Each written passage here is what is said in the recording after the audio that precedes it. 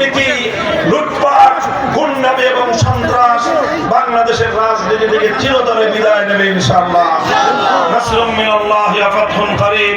আল্লাহর সাহায্য ইনশাআল্লাহ সমাগত, বিজয় আমাদের ইনশাআল্লাহ অবশ্যম্ভাবী। আসসালামু আলাইকুম ওয়া রাহমাতুল্লাহ।